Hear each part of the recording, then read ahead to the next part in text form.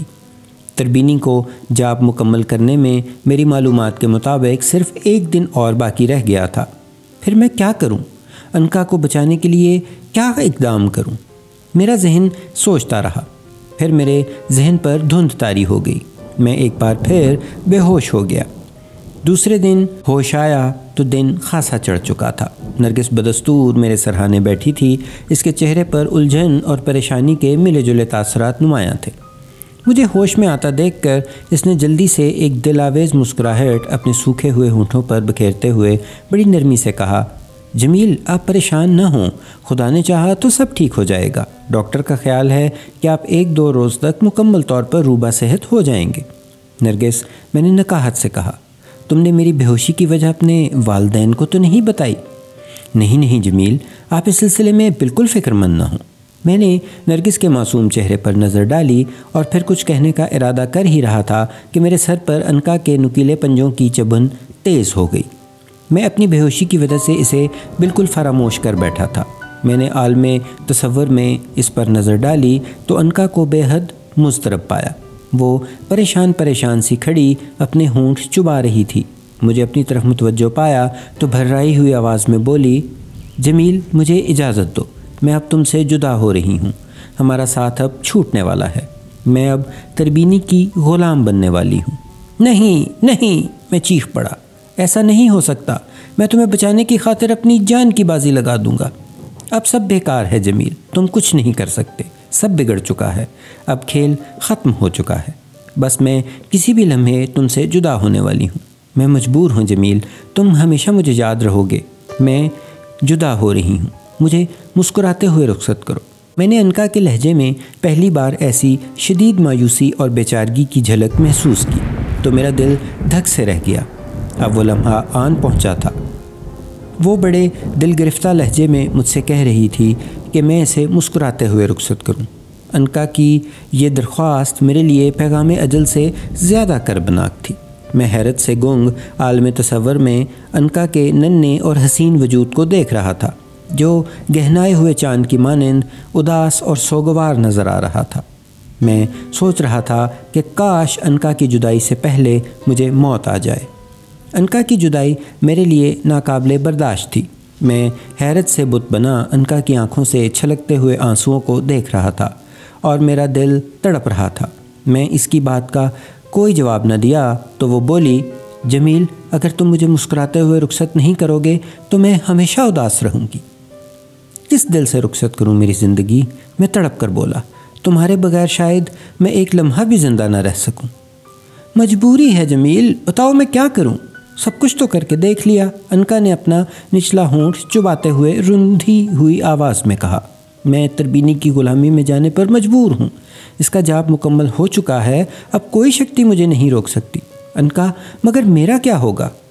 تم میری ضرورت بن گئی تھی، کیا اب میں تمہیں کبھی نہ پا سکوں گا؟ حالات پر منحصر ہے جمیل، عنقا بسورتے ہوئے بولی، کل جو کچھ ہونے والا ہے میں جانتی ہوں، لیکن اب میں تمہیں کچھ نہیں بتا سکتی، کچھ بھی نہیں۔ کیا؟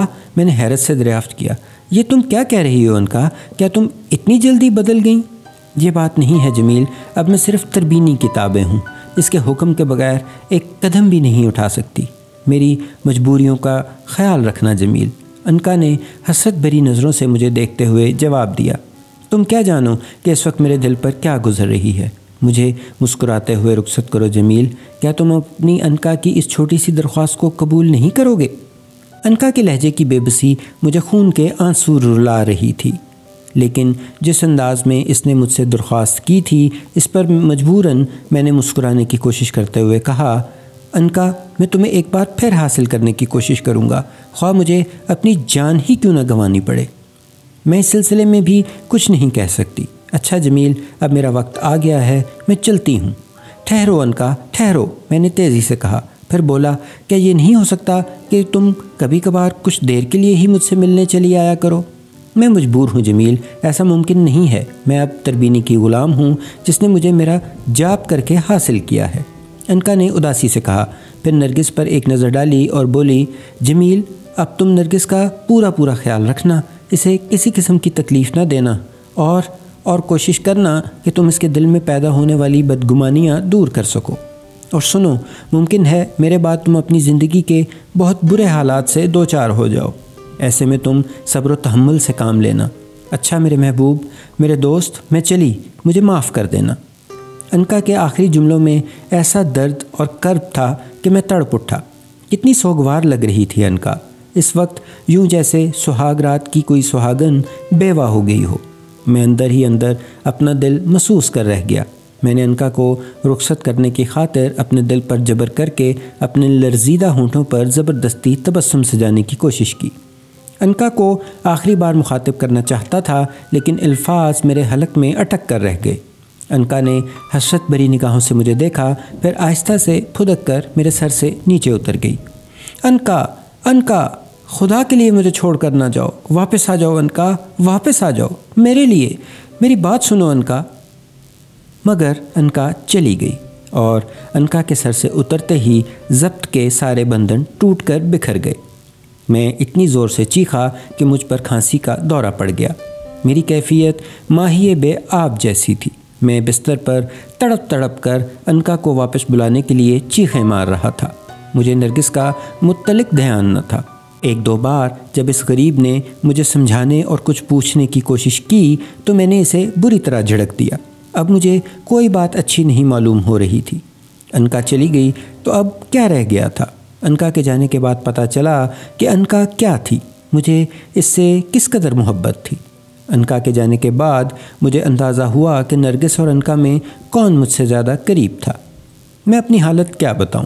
7-8 روز تک مجھ پر کچھ ایسی وحشت اور دیوانگی کا عالم طاری رہا جسے بیان کرنا خود میرے بس کی بات نہیں۔ مختصراً اتنا بتا دوں کہ میں ان 7-8 دنوں میں قطعی طور پر اپنے ہوش و حواس میں نہ تھا۔ اس کے بعد جب میری طبیعت کچھ سنبھلی تو سب سے پہلے میں نے نرگس کو واپس بمبئی چلنے کو کہا۔ انکا کے بعد اب میری آمدنی کا ذریعہ صرف وہی کاروبار تھا جسے میں بمبئی میں چھوڑ آیا تھا۔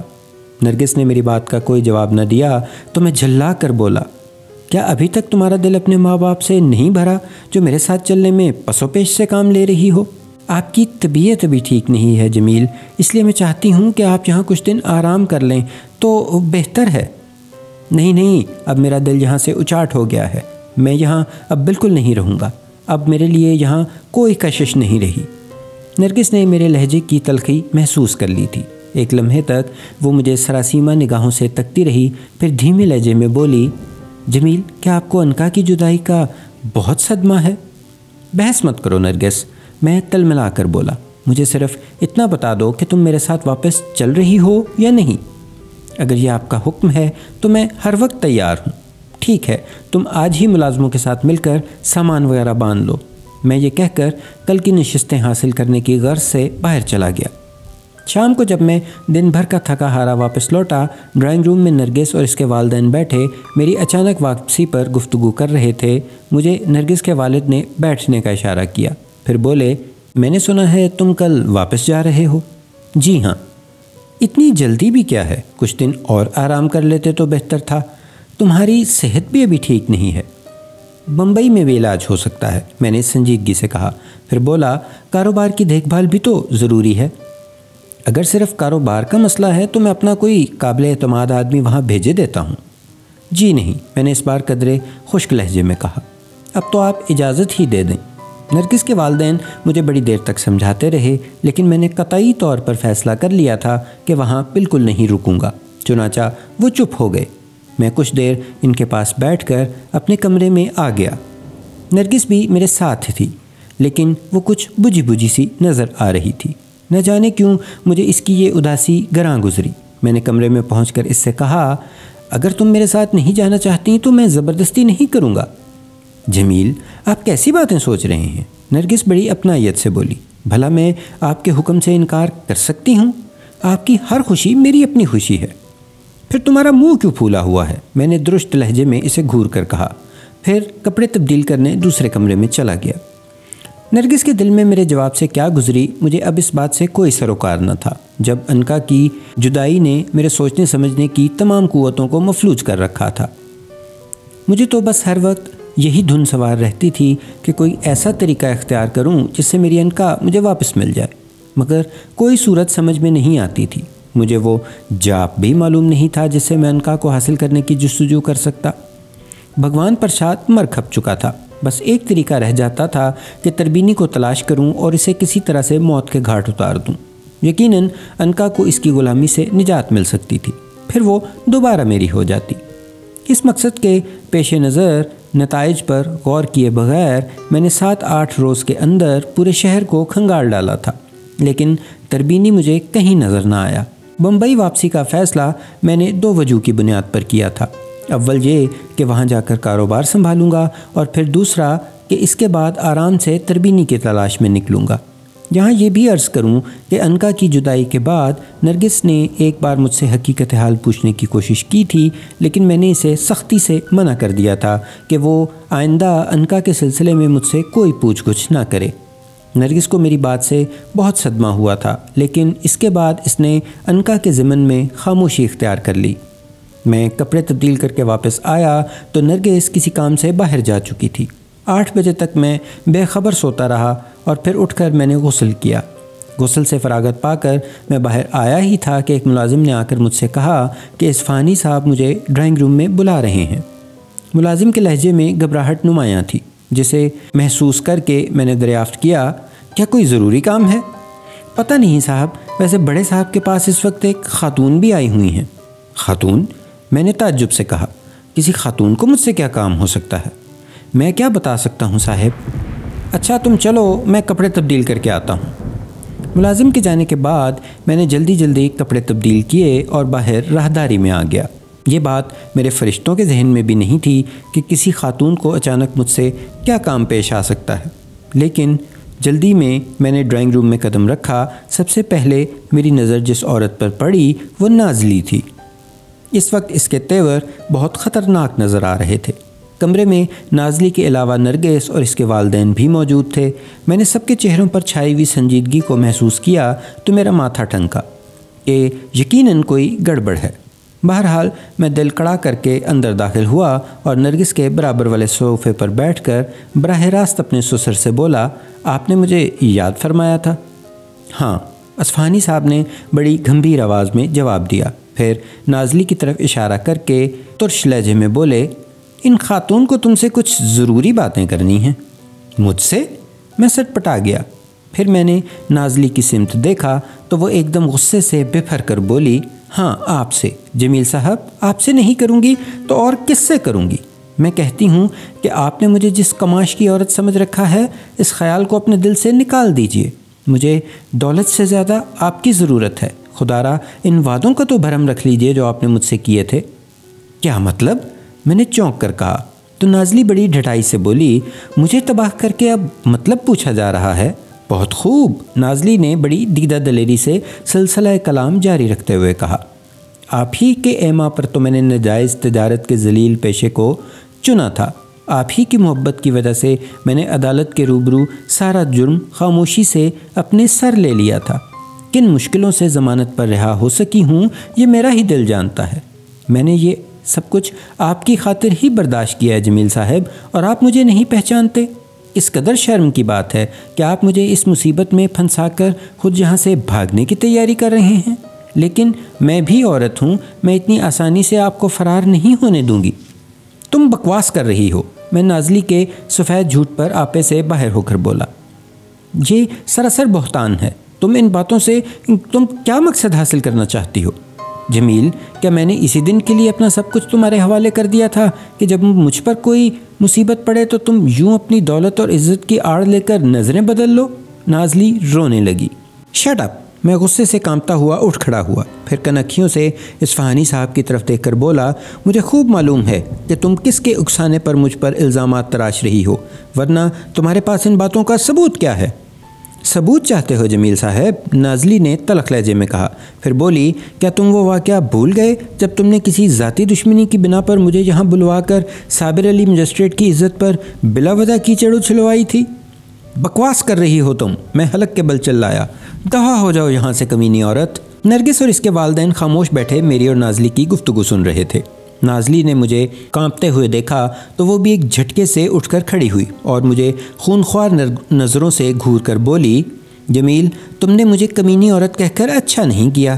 میں اگر چاہوں تو تمہاری شرافت کا بھرم اسی وقت خاک میں ملا سکتی ہوں۔ میں نے جو کچھ کہا ہے اس کا ثبوت بھی میرے پاس موجود ہے، لیکن میں تمہیں ایک موقع اور دیتی ہوں۔ اپنی روانگی سے قبل تم مجھے فون ضرور کر لینا۔ ہو سکتا ہے کہ اس مدت میں تمہارا دماغ راہ راست پر آ جائے، ورنہ پھر مجبوراً وہ دستاویزی ثبوت تمہارے سسر اور تمہاری بیوی کو مجھے دکھانے ہوں گے جو میرے پاس بڑی حفاظت سے محفوظ ہیں۔ نازلی نے اپنا جملہ مکمل کیا، پھر تیزی سے گھومی اور لمبے لمبے قدم بڑھاتی ڈرائنگ روم سے باہر چلی گئی۔ میں اپنی جگہ کھڑا غصے سے لرزتا کانپتا رہا۔ نرگس کے چہرے پر ایک رنگ آتا اور ایک جاتا تھا۔ اس کی ماں منہ لٹکائے بیٹھی تھی اور اصفہانی صاحب شدید نفرت بھرے انداز میں اپنے ہونٹ چبانے میں مصروف تھے۔ خود میں بھی نازلی کی اچانک آمد اور اس کی الزام تراشی سے بوکھلا گیا تھا۔ سمجھ میں نہیں آتا تھا کہ اس نے اچانک ایسا کیوں کیا، کس کے اشارے پر مجھے اس نے ہدف بنایا۔ صرف ایک بار میں نازلی سے ملا تھا اور میں اس کی پوری قیمت ادا کر چکا تھا۔ ناجائز تجارت اور دوسرے الزامات سے میرا قطعاً کوئی تعلق نہ تھا۔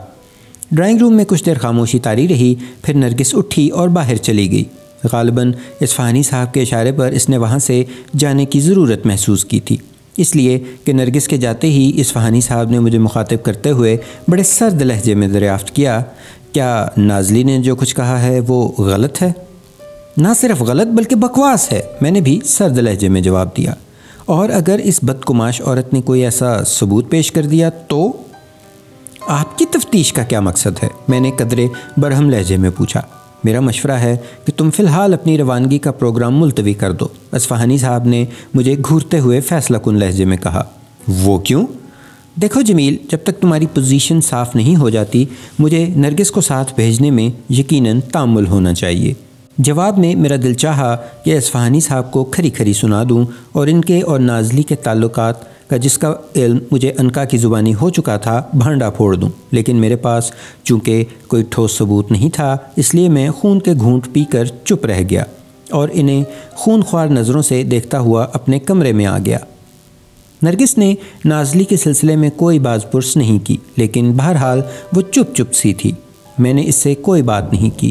رات کو اس نے بہت اداس انداز میں کھانا کھانے کو کہا تو میں نے سخت لہجے میں انکار کر دیا۔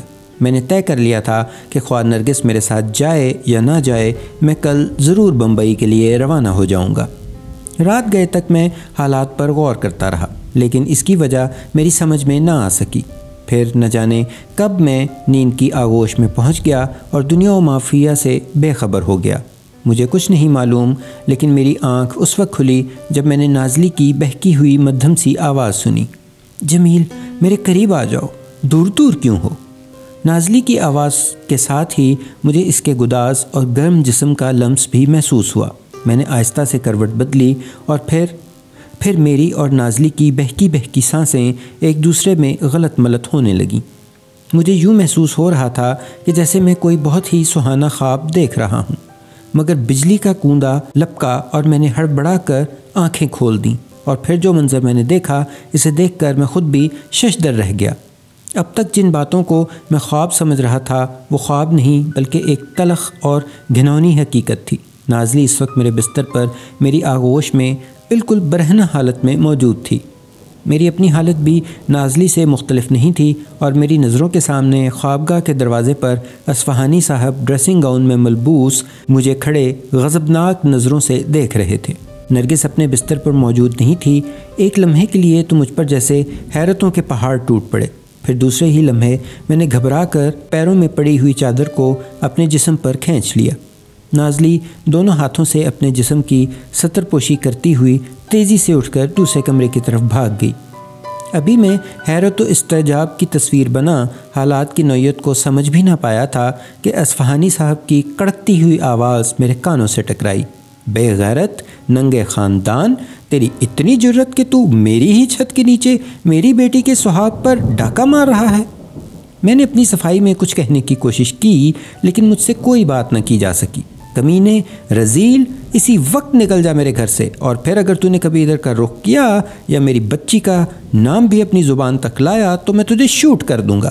اصفہانی صاحب غصے میں دانت پیستے کمرے سے باہر گئے تو میں نے جلدی سے اٹھ کر کپڑے بدلے، پھر باہر جانے کے ارادے سے آگے بڑھا ہی تھا کہ نازلی لباس پہن کر دوسرے کمرے سے برآمد ہوئی۔ میں نے نازلی کو دیکھا تو میرے سر پر خون سوار ہو گیا۔ میں نے اسے کھا جانے والی نظروں سے دیکھتے ہوئے مخاطب کیا، سچ بتا کہ تو یہاں کس کے ایما پر آئی تھی؟ اگر تو نے غلط بیانی سے کام لیا تو میں اسی وقت تجھے جان سے مار ڈالوں گا۔ ہوش میں آؤ جمیل، تم خود ہی مجھے ساتھ لے کر آئے تھے، اور اب کمینی عورت، میں سمجھ رہا ہوں کہ تم میرے ساتھ کیا فریب کر رہی ہے، لیکن اب میں تجھے اس قابل ہی نہیں چھوڑوں گا کہ تم آئندہ کسی کو اپنی بدکماشیوں کا نشانہ بنا سکو۔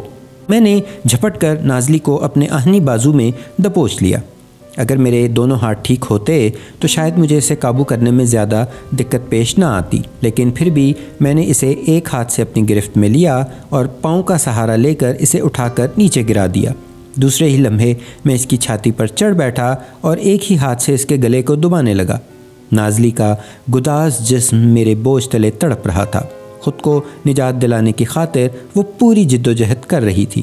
اس کی بڑی بڑی آنکھوں سے موت کا تصور پھوٹ رہا تھا۔ میں چاہتا تھا کہ قبل اس کے کہ نازلی کسی کو اپنے انجام سے چیخو پکار کر کے باخبر کرے، میں اس کا کام تمام کر دوں، لیکن ایک بار جو وہ میرے نیچے سے تڑپی تو میرے ہاتھ کی گرفت ڈھیلی پڑ گئی اور اس نے ہذیانی انداز میں چلانا شروع کر دیا، بچاؤ بچاؤ بچاؤ مجھے بچاؤ۔ میں نے بڑی پھرتی سے اسے دوبارہ بے بس کر کے اس کے گلے پر اپنی گرفت جما لی، لیکن افسوس کہ میں اس ذلیل عورت کو موت کے گھاٹ نہ اتار سکا۔ اس کی کربناک چیخ کی آواز سن کر اصفہانی صاحب وہاں اپنے 2 ملازموں کے خوابگاہ میں گھس آئے۔ پھر نرگس کے باپ کے اشارے پر دونوں ملازموں نے مجھے گھسیٹ کر نازلی سے علیحدہ کر دیا۔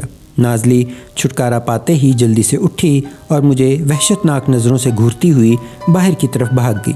میں نے ملازموں کی گرفت سے نجات پانے کے لیے بہت ہاتھ پاؤں مارے، لیکن سوائے اچھل کود کے اور کچھ نہ کر سکا۔ اس حرام زادے کو جوتے مار کر میرے گھر سے باہر پھینکاؤ، اور اگر یہ اندر آنے کی کوشش کرے تو اسے اتنا مارو کہ اس کا دم نکل جائے۔ اگر میرے بس میں ہوتا تو شاید میں نرگس کے والد کو بھی جان سے مار ڈالتا، لیکن 2 ہٹے کٹے ملازموں نے مجھے بالکل بے بس کر رکھا تھا۔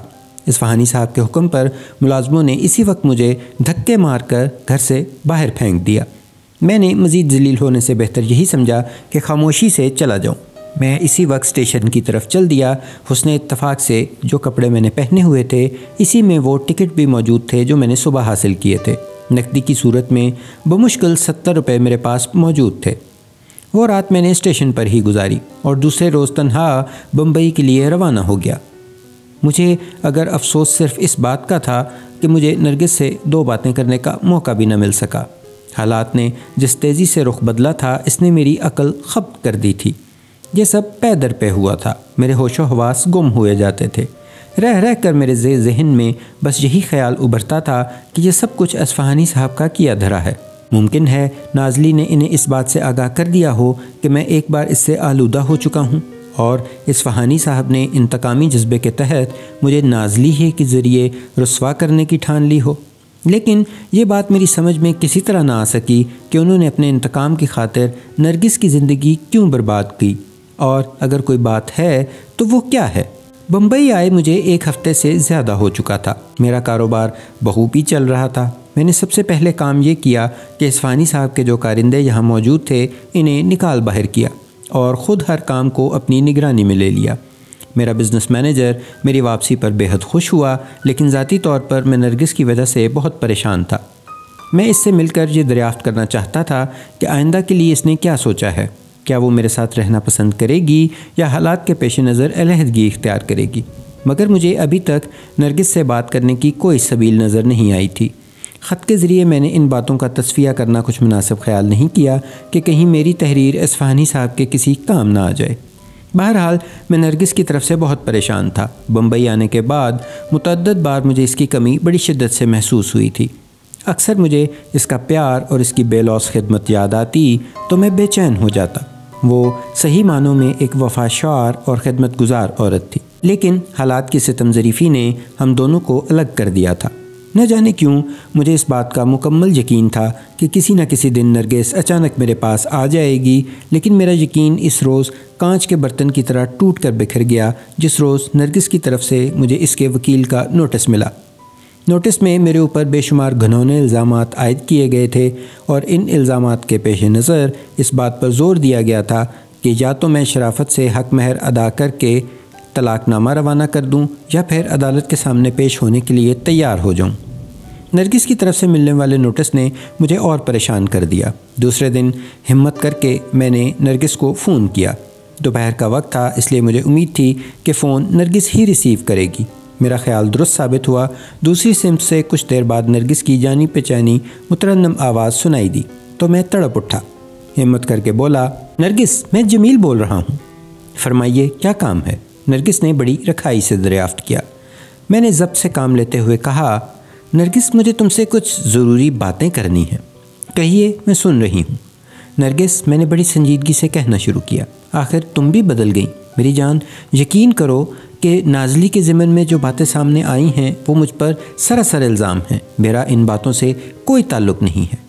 ہو سکتا ہے، مگر کیا میں دریافت کر سکتی ہوں کہ نازلی کو اچانک آپ سے کیا پرخاش ہو گئی جو اس طرح آپ کی ذات پر اتنے ڈھیر سارے الزامات عائد کر دیے؟ میں اس سلسلے میں خود بھی حیران ہوں نرگس کہ آخر یہ سب کچھ کیوں اور کیسے ہو گیا۔ کیا آپ نے محض اتنی سی بات کہنے کے لیے مجھے فون کرنے کی زحمت گوارا کی تھی؟ نرگس، میں نے ڈوبتی ہوئے آواز میں کہا، میں چاہتا ہوں کہ تم ان تمام باتوں کو بھول کر میرے پاس چلی آؤ۔ تمہارے بغیر مجھے ایک پل بھی سکون نصیب نہیں ہوتا نرگس۔ اگر تمہارا رویہ ایسا رہا تو پھر میں موت کو کیوں نہ ترجیح دوں؟ مجھے آپ سے ہمدردی ہے جمیل، اور پھر ایسے موقع پر ان کا بھی ساتھ نہیں ہے، ورنہ وہ ضرور آپ کا دل بہلا دیتی اور آپ کو میری جدائی یا کمی کا احساس نہ ہوتا۔ نرگس کے لہجے میں اتنا گہرا طنز تھا کہ میں تڑپ اٹھا۔ اس نے انکا کے تذکرے کو درمیان میں لا کر میرے رستے ہوئے زخموں پر نمک پاشی کی تھی۔ میں نے بمشکل خود پر قابو پاتے ہوئے کہا، کیا تم نے مجھ سے واقعی علیحدگی کا فیصلہ کر لیا ہے نرگس؟ کیا تم واقعی مجھ پر یقین نہیں کرتی؟ میں نے تمہارے ساتھ کوئی برائی تو نہیں کی؟ جمیل صاحب، آپ شاید بھول رہے ہیں کہ میں ایک عورت ہوں، عورت جو مرد کے تمام ظلم و ستم ہنسی سے سہ سکتی ہے، فاقے کر سکتی ہے، دنیا کی تمام مصیبتوں کو برداشت کر سکتی ہے، مگر یہ کبھی برداشت نہیں کر سکتی کہ اس کا شوہر اس کی موجودگی میں کسی عورت کے ساتھ رنگ رلیاں منائے۔ نرگس غصے سے کہتی رہی، ہو سکتا ہے کہ میں نازلی کے سلسلے میں آپ کی باتوں کو درست تسلیم کر لیتی، لیکن میں نے خود اپنی گناہگار آنکھوں سے نازلی اور آپ کو اپنی خوابگاہ میں کھل کھیلتے دیکھا ہے۔ یہ میرے برداشت کی انتہا تھی۔ میں نے اسی وقت طے کر لیا تھا کہ مجھے آپ سے علیحدگی اختیار کر لینی ہوگی۔ یہ فیصلہ میں نے دل پر پتھر رکھ کر کیا ہے، مگر میں سمجھتی ہوں کہ یہی میرے حق میں بہتر ہے۔ اب آپ مجھے بالکل فون نہ کیجیے گا۔ اگر یہ تمہارا آخری فیصلہ ہے تو میں کل ہی تمہارے مہر کی رقم اور طلاق نامہ تحریر کر کے روانہ کر دوں گا، مگر کیا تم ان باتوں سے پیشتر آخری بار مجھ سے 2 گھڑی کے لیے ملنا پسند کرو گی؟ مجھے اپنی صفائی کا موقع دو۔ تم اتنی بے رحم کیسے ہو گئیں؟ آخر تم نے میرے ساتھ بڑے اچھے دن گزارے ہیں، کبھی غور تو کیا ہوتا؟ ایک تم ہی تو میرا سہارا تھیں۔ کیا تم مجھ سے نہیں ملو گی؟ مجھے افسوس ہے کہ میں ایسا نہیں کر سکتی۔ مجھ سے زیادہ مت کہیے، جو ہو چکا وہ بہت ہے۔ بس اب سلسلہ ختم کیجیے، میرے اندر زیادہ حوصلہ نہیں ہے۔ نرگس، میں تڑپ اٹھا، کیا تم اب مجھ سے ذرا بھی لگاؤ نہیں رکھتی؟ اس کو کس سے لگاؤ تھا جمیل صاحب؟ اس کا ثبوت مل چکا ہے، اب اور آزمائش مت کیجیے۔ ہم علیحدہ رہیں، اسی میں ہم دونوں کی بھلائی ہے، نرگس نے تلخ آواز میں کہا، اور پھر دوسری طرف سے رابطہ منقطع ہو گیا۔ نرگس کی بے رخی سے میرے دل پر جو چوٹ لگی، اس کا اندازہ کچھ میرا دل ہی کر سکتا ہے۔ بہرحال میں نے اپنے دل پر پتھر رکھ کر اسی روز طلاق نامہ تحریر کر دیا اور اگلے روز مہر کی رقم کے ساتھ اسے نرگس کے پتے پر روانہ کر دیا۔ تیسرے روز مجھے اس کی رسید مل گئی۔ نرگس سے مستقل علیحدگی کے بعد میری زندگی میں ایک خلا پیدا ہو گیا تھا جسے پر کرنا مشکل تھا۔ میں اپنے غم کو بھلانے کی خاطر ایک بار پھر شراب اور بازاری عورتوں کو سہارا لینے لگا، لیکن مجھے وہ سکون نہ مل سکا جو نرگس کی آغوش میں میسر تھا۔ میں اپنے ذہن کو معطل رکھنے کی غرض سے ہر وقت شراب کے نشے میں چور رہتا تھا۔ انکا گئی، پھر نرگس بھی گئی، اور اب میری زندگی میں کیا رہ گیا تھا؟ میرا نہ کاروبار میں جی لگتا تھا اور نہ ہی کسی اور بات میں۔ میں سوچتا تھا کہ کیا ایسا ممکن ہے کہ نرگس جیسی وفاشار بیوی بھی بدل جائے؟ مجھے کسی بات کا احساس نہیں تھا، مگر سب کچھ ہو چکا تھا۔ انکا مجھ سے چھین لی گئی تھی اور نرگس نے بھی مجھ سے علیحدگی اختیار کر لی تھی۔ ایسے شخص کی محرومیوں کا اندازہ کیجیے جسے شروع سے اب تک عجیب و غریب حالات اور واقعات پیش آئے ہوں۔ قسمت نے میرے ساتھ کیسے ہولناک مذاق کیے تھے۔ اب میرے اندر زندہ رہنے کی امنگ ختم ہو چکی تھی، اور اس کے بعد ہوا یہ کہ میں نے خود کو حالات پر چھوڑ دیا۔ میں نے چاہا کہ مجھ پر اور تباہیاں آئیں۔ میں اپنی داستان غم مختصر کرتا ہوں۔ میں صرف ان پے در پہ حادثات کا ذکر کروں گا جنہوں نے میرے رہے سے اوسان بھی مجھ سے چھین لیے۔ میرا کاروبار جو روز بروز ترقی کر رہا تھا، اب میری بے اعتنائیوں اور بے نیازیوں کے سبب گرنے لگا۔ پھر اچانک یہ افتاد آ پڑی کہ اس بینک میں آگ لگ گئی جہاں میرا زیادہ پیسہ جمع تھا۔ آگ اتنی شدید تھی کہ بینک کی اینٹیں تک جل کر راکھ کے ڈھیر میں تبدیل ہو گئیں۔ ابھی میں اس حادثے سے پوری طرح سنبھل بھی نہ پایا تھا کہ میرا کیشیئر، جو شروع سے میرے لیے انتہائی قابل اعتماد شخص تھا، 5 لاکھ روپے کی رقم دوسرے بینک سے نکلوا کر فرار ہو گیا۔ مجھے اس کا علم کچھ روز بعد ہوا تھا، اس لیے پولیس بھی میری شکایت پر اسے فوری گرفتار نہ کر سکی۔ میں نے اپنے اس نقصان کو پورا کرنے کے لیے خود کو داؤ پر لگا دیا۔ میں نے اپنا زیادہ تر وقت ریس میں صرف کیا اور جو کچھ میرے پاس باقی رہ گیا تھا وہ بھی میں گنواتا چلا گیا۔ جتنا میں ہارتا جاتا اتنی ہی وحشت میرے اندر سوا ہو جاتی۔ دفتر کا کاروبار ٹھپ ہوتا گیا، ملازمین کی تعداد کم ہوتی گئی، مجھے چاروں طرف سے محرومیوں نے گھیر لیا۔ انکا گئی، نرگس گئی، دفتر گیا، روپیہ چوری ہوا، کاروبار گیا تو عزت بھی چلی گئی۔ صرف ایک مکان رہ گیا تھا جو میری ہوس کی بھینٹ چڑھ گیا۔ میں نے اسے ریس کے میدان میں ہار دیا۔ میں نے شرابوں میں خود کو غرق کیا اور میری بصارت میں ضعف آ گیا۔ سب کچھ راکھ ہو چلا تھا۔ لڑکیاں بھی رخصت ہوئیں جو کل تک میری محبت کا دم بھرتی تھیں۔ وہ لوگ بھی جدا ہو گئے جو میرے اشاروں کے منتظر رہتے۔ اب کوئی حادثہ میری نظر میں کوئی اہمیت نہیں رکھتا تھا۔ میں بری سے بری خبر سننے کے لیے تیار رہتا تھا۔ مجھے معلوم تھا کہ تباہیوں نے مجھے پہچان لیا ہے۔ باہر سب کچھ جل چکا تھا اور میں اندر سے جل رہا تھا۔ میرے سینے میں ایک آگ لگی ہوئی تھی۔ کاش انکا نہ آئی ہوتی، اور آئی تھی تو نہ جانے کیوں چلی گئی۔ اسی نے یہ چمک دمک دکھا کر میری آنکھوں کی روشنی چھین لی۔ میں اس کے سہارے کس قدر بے سہارا ہو گیا تھا۔ میری انکا کہاں ہے؟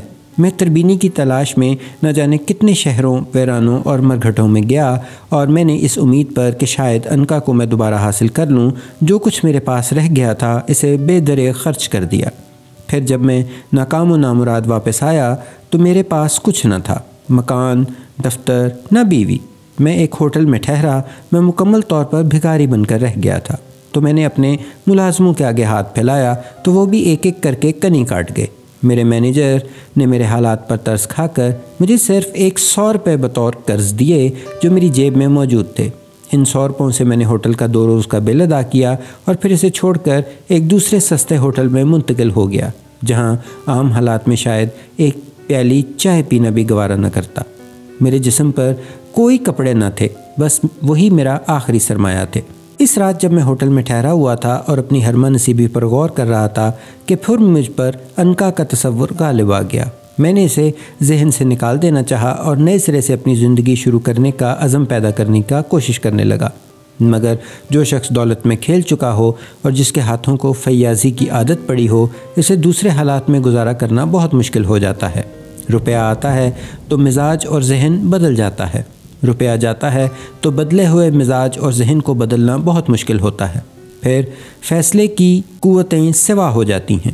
لے دے کے میں ایک ہی نتیجے اور فیصلے پر پہنچا تھا کہ انکا کسی طور پر مجھے دوبارہ مل جائے، جس نے مجھے فرش سے عرش پر بٹھا دیا تھا، جس نے میری عادتیں بگاڑ دی تھیں، جس نے مجھ سے محبت کی تھی اور جسے مجھ سے تربینی نے چھین لیا تھا۔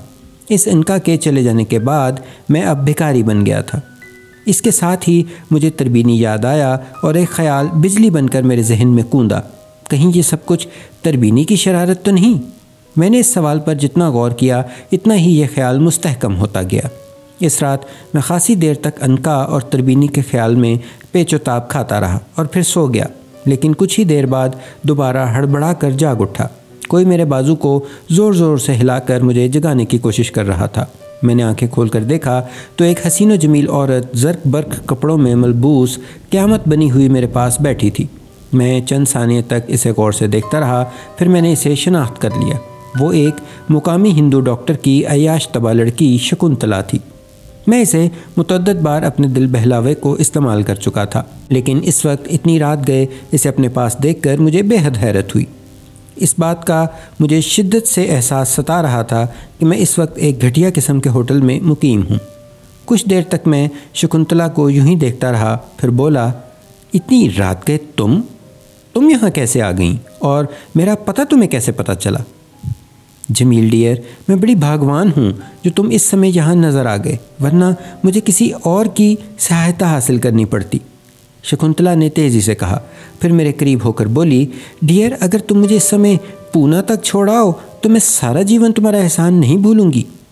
لیکن میں تو مجھے سب کچھ پتہ چل گیا ہے جمیل، شکنتلا نے میری درمیان سے بات اچکتے ہوئے کہا۔ دھن دولت تم جو چاہو گے میں تمہیں دوں گی، بس تم میری اتنی سہایتا کرو کہ مجھے پونا تک ساتھ چل کر چھوڑاؤ۔ اس چھوٹے سے کام کے لیے میں تمہیں 2000 روپے تک دینے کو تیار ہوں۔ شکنتلا کے چہرے پر بکلاہٹ کے تاثرات دیکھ کر میں نے یہ اندازہ تو کر لیا کہ وہ اس وقت کسی خاص وجہ سے بہت گھبرائی ہوئی ہے، لیکن یہ بات میری سمجھ میں نہ آ سکی کہ اس جیسی ماڈرن لڑکی جو دنیا جہان میں تنتہا گھومتی پھرتی تھی، اس وقت پونا جانے کے لیے میری مدد کیوں مانگ رہی ہے۔ چنانچہ میں نے پوچھ ہی لیا، کیا تمہارے اوپر کوئی خاص بپتا آن پڑی ہے؟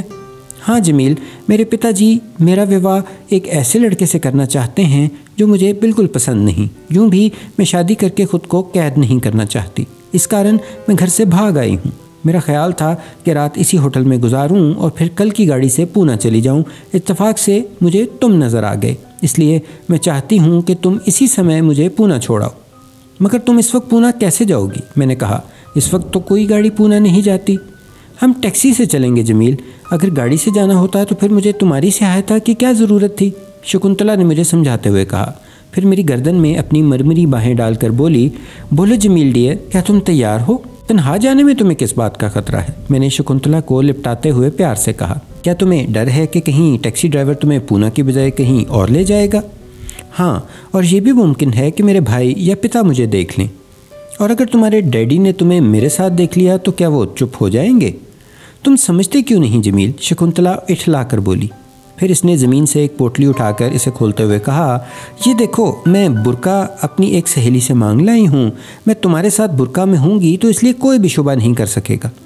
میں تھوڑے سے پس و پیش کے بعد شکنتلا کو پونا لے جانے کے لیے آمادہ ہو گیا۔ اس آمادگی کی ایک وجہ تو خود شکنتلا کی ذات تھی، دوسری یہ کہ مجھے پیسوں کی ضرورت تھی۔ شکنتلا نے مجھے رضامند پایا تو خوشی سے مجھ سے لپٹ گئی، ہر چند کہ اب میری حیثیت اس مالدار لڑکی کے سامنے ایک بھکاری سے زیادہ نہ تھی، لیکن اس وقت حالات نے شکنتلا کو میرے رحم و کرم پر لا ڈالا تھا۔ چنانچہ پہلے تو میں نے موقع سے پورا فائدہ اٹھایا اور پھر اسی وقت جا کر ایک ٹیکسی لے آیا اور شکنتلا کو ساتھ لے کر پونا کے لیے روانہ ہو گیا۔ تو یہ تھی ناظرین انکا کی آج کی قسط۔ اپنا بہت سا خیال رکھیے، چینل کو لائک کیجئے، سبسکرائب کیجئے اور اپنے دوستوں اور فیملی کے ساتھ شیئر کیجئے۔ اللہ حافظ۔